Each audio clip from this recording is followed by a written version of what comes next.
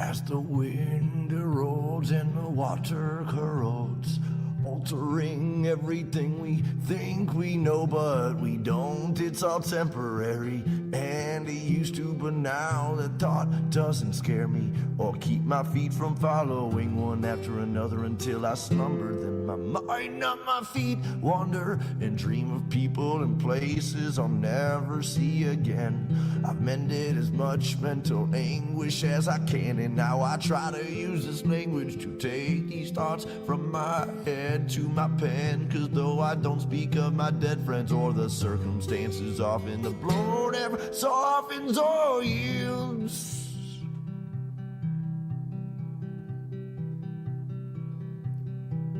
I'm in a desolate field, lonesome stargazing, night blazing, chasing traces of remembrance and reverence of relevant friends and acquaintances, and faceless and nameless names and faces. And while my mind is racing through these photo albums and quotations, all these people and places far from me, for only land and stars I see when I'm outside of the mile-high city, which is not my city, for I was born 1,000 miles northeast of there, in the land of beer and lakes and pistol fire on MLK's birthday, where there is no minorities and segregation's mandatory. But that's a whole nother story altogether, and no matter the weather or hardships that any place brings, I'll still laugh when people shiver and say it's freezing, or say, hey, no, wait, I already had 18 mixed drinks, but I guess it's a Midwest thing, and I'm a mess from a dirty city and brought most of this filth I've gathered with me. Today, we're going to talk about choices in life. Often, things are chalked up as mistakes, and it really gives no responsibility to the people that made the choice. And so today, we're going to talk about the choices we make with our words, the choices we make with our actions, and the accountability of those choices. Coming up after the verse.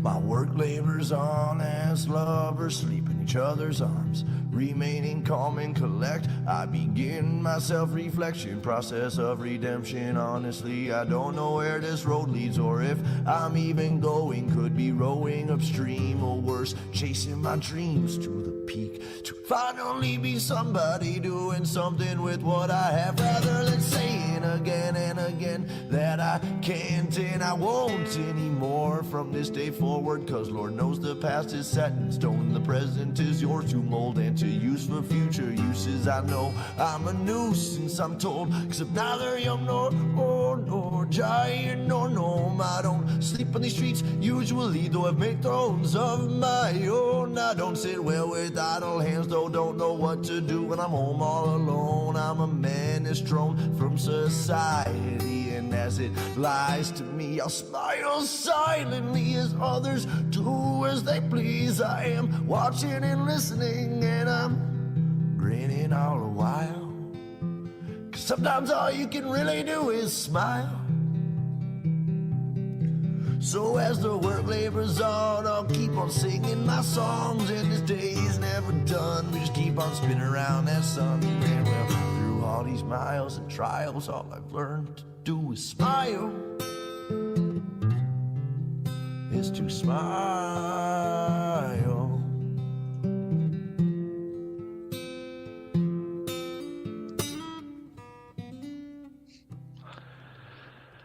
Here we are on another amazing episode of Experience Andy Weins Live, our weekly rendition of Let's Talk About Words and Why They Matter. This week's episode 24, coming to you from Punta Cana, the Dominican Republic. I'm on vacation, and yet we are here because this is what I do. And this is the discipline I have to put in the reps every week to bring to you content that is relevant to me and my world. And so we'll dive jumping right into that after we take care of some housekeeping. First and foremost, let's always take a moment, or I will take a moment, to practice some gratitude. Today I want to reflect, or I'm not, I want to, I do what I want. Today I'm going to reflect on what allows me to be here today on vacation. And the biggest driver behind that is the great leadership team that we have at Camel Crew Junk Removal. Casey the Krangle, running the field and running the fleet, running the guys day in and day out, and Mike McKenna in operations, overseeing all things operations, really the nervous system of the business. Over the last couple months, we've had some major changes at Camo Crew, and Mike being a new hire and Casey being a guy, and the second time around working for me and with me.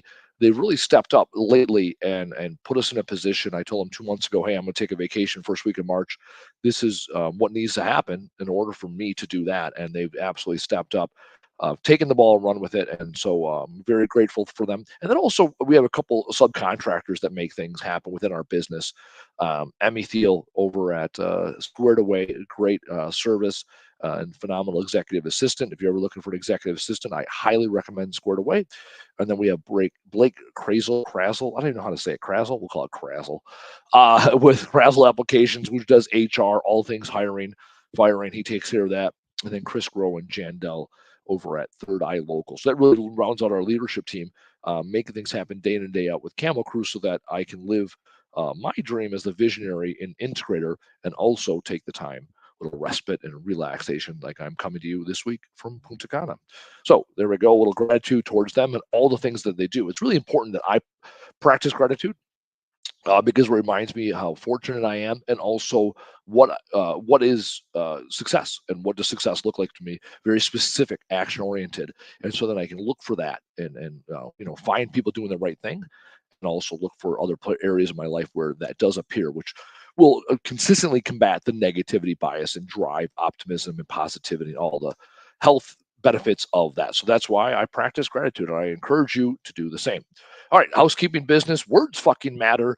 I've been talking about it. The book came out June of last year, so it's been out for about 9 months. I love the feedback, and now so many people are reaching out to me more and more, looking to have me come out and speak. And so I'm going to encourage you and the other people you know.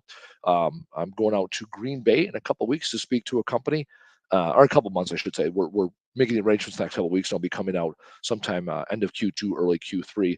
And really sitting down with the team and understanding the challenges they're having when it comes to language so that they can have more clear and concise communication. So shaping a workshop, because words matter, is the overall workshop, shaping a workshop about the language of leadership. And so I'm developing that workshop, which is really taking the same principles and really narrowing down 2 or 3 really key principles for leaders and subordinates within organizations. So if you have when you have a need, or a need for a company that's looking for the leadership or language, the leadership of language, no, the language of leadership, please make that introduction to me.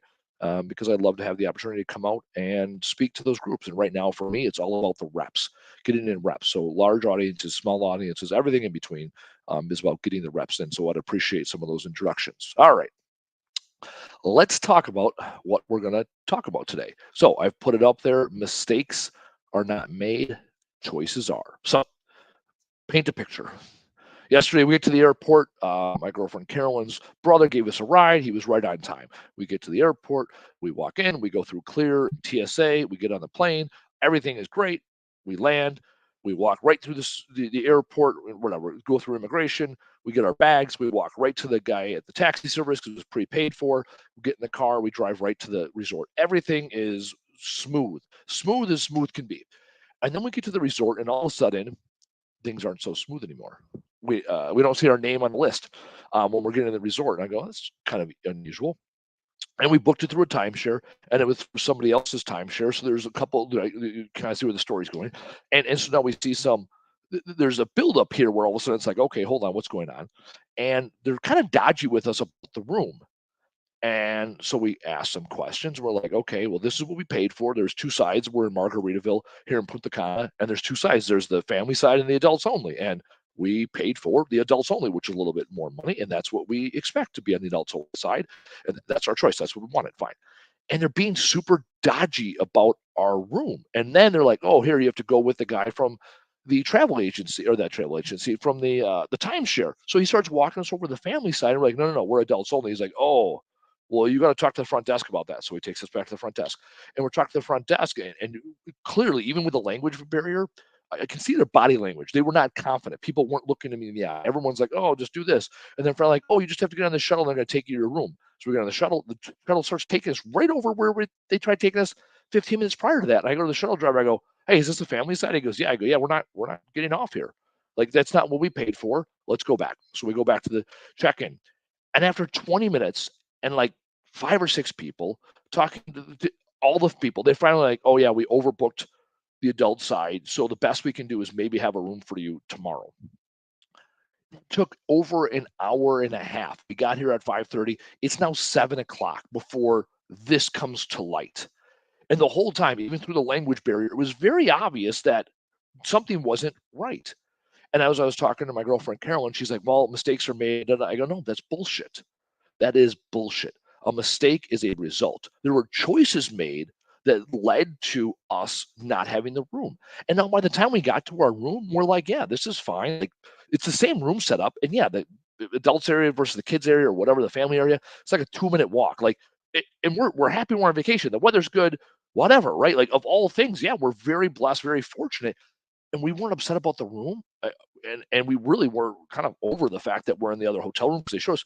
We were so frustrated that we weren't heard. We were frustrated that there was a breakdown in trust. Like we are told to talk to this Caesar guy, and I'm like, I don't fucking trust Caesar. He told us one thing, and then as soon as it was convenient, and the other people went away, like he talked shit, and I'm like, well, that's not right. Like y'all work together. Why are you talking shit? And what it came down to was the choices people made. And then this morning they said, hey, by 9:30 tomorrow morning, come meet the manager. Fine. We walked in right a little after 9:30, quarter of 10, and we're like, hey, let's talk to the manager. And they're being super dodgy. And finally, like, yep, we overbooked the hotel, and now we're gonna give you this room. Actually, they upgraded our room, so that was cool. Um, and along the way, I was explaining to Carolyn, like, it's not about mistakes. It was about the choices made. And when you look at your life, often people want to focus on the results and not the choices. Often people want to chalk things up as mistakes. Well, it was a mistake. No, it was a choice, right? You chose to go to the bar. You chose to drink. You chose to get in your car. You chose then to drive into a tree, right? You chose to get a DUI versus, oh, it was a mistake, right?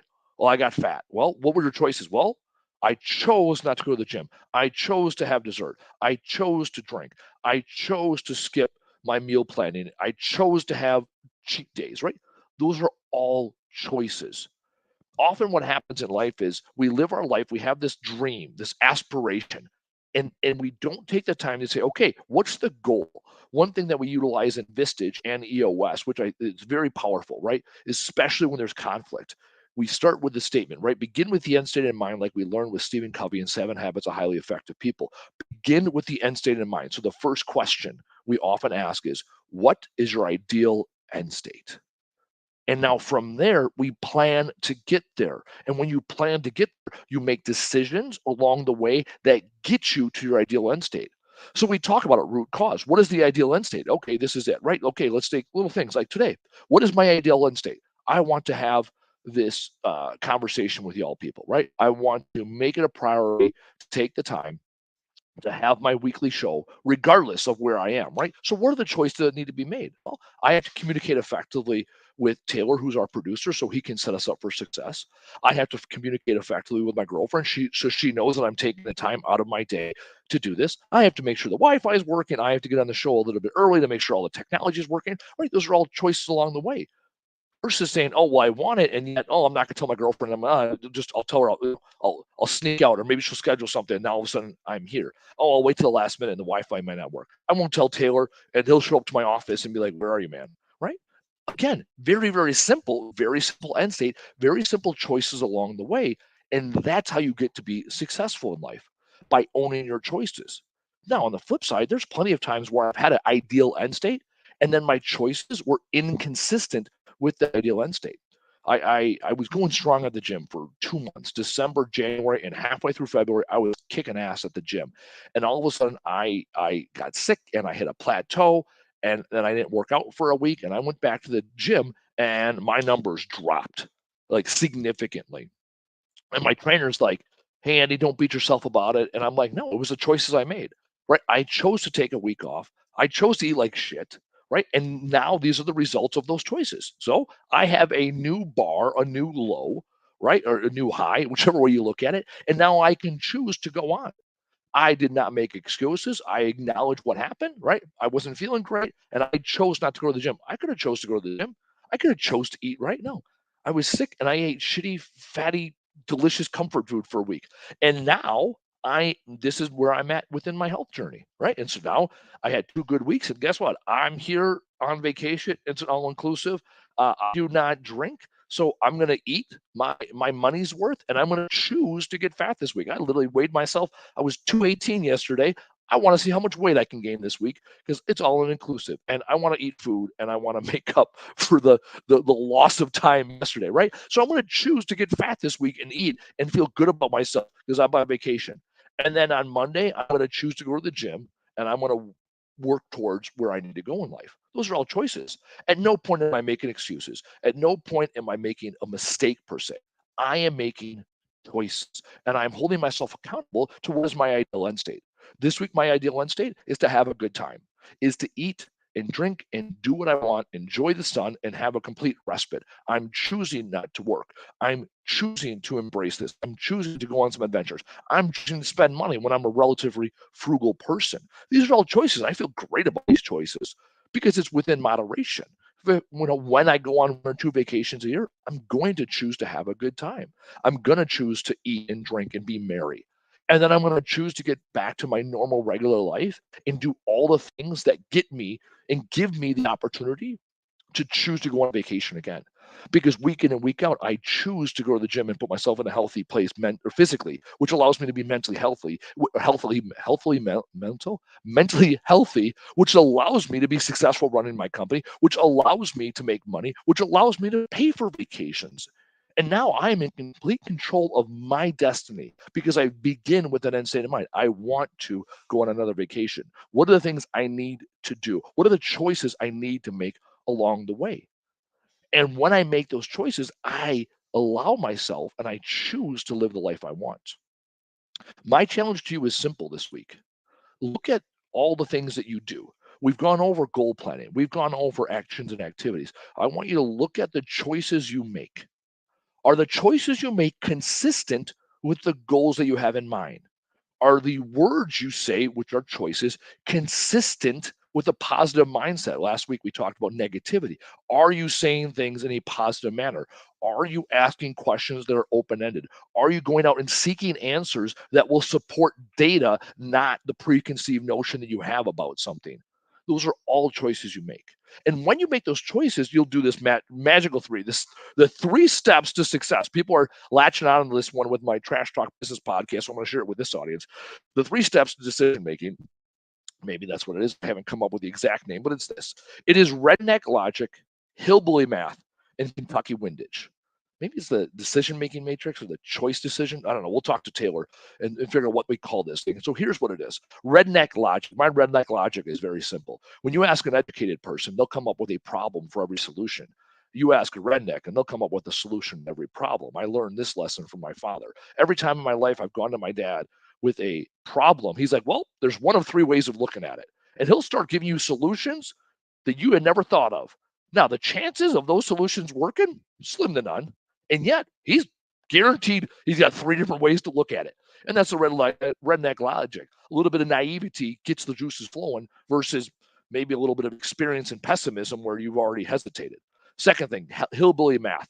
This is a way to collect the data necessary to make the decisions as you need to. Like yesterday, hillbilly math was, we got here, and it was very obvious to me that they did not have a room for us, right? The math was they got 100 rooms, right? They got 100 people, and we're 101. Hillbilly math did not work out for us.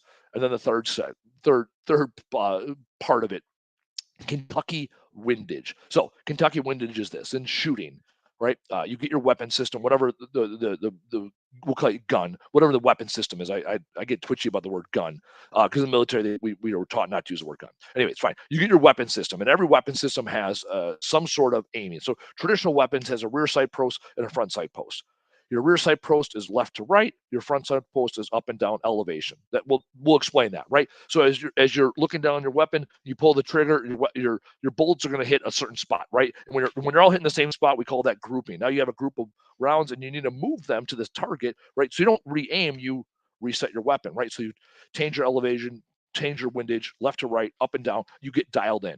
Then you go to the range and you pull the trigger. And if in this case, you either hit the target or you don't. And when you miss the target by 2 inches to the left, you don't go back to readjust your weapon. You don't get a new weapon. You don't go talk to the manufacturer. You aim 2 inches to the right. Little Kentucky windage, right? When it comes to decision making, what little adjustment or simple, and I will get rid of the word little, what simple adjustment can you make to make the target go down? And so this is what your choices are all about. First and foremost, have the attitude that there's multiple ways to doing this, and you're going to go explore all those things, right? This is the should, could, can, will we talk about in the book, right? Going from should to an obligation. Should, could, can, will. From an obligation to a commitment, right? So first thing, what can you do? Let's get there. Second thing, what data supports what you're going to do? Third thing, what adjustments do you need to make to get to your final resolution? These are the choices you make, so you cannot then go back in life and chalk things up as a mistake or the wrong choice. Because I can sit here and talk about all the mistakes I've made in my life, and yet I have the opportunity to sit here today from the Dominican Republic in my Savannah Bananas shirt and preach to you today because of all the choices I made in my life. The challenge to you is simple today. Look at your goal. What choices are going to make? Establish this redneck, hillbilly, Kentucky logic that I use to get through my life, the decision-making matrix, and go out and live your best life. I'm going to see you next week because you're going to do the 3 things that we talk about every week that make you uniquely you and uniquely awesome. You're going to go out. You're going to do the fucking thing. You're going to tell the fucking world. And every time you go anywhere and everywhere, you're going to show the fuck up. I'm Andy Weins. We'll see you next week. Through all these miles and trials, all I've learned to do is smile. Is to smile.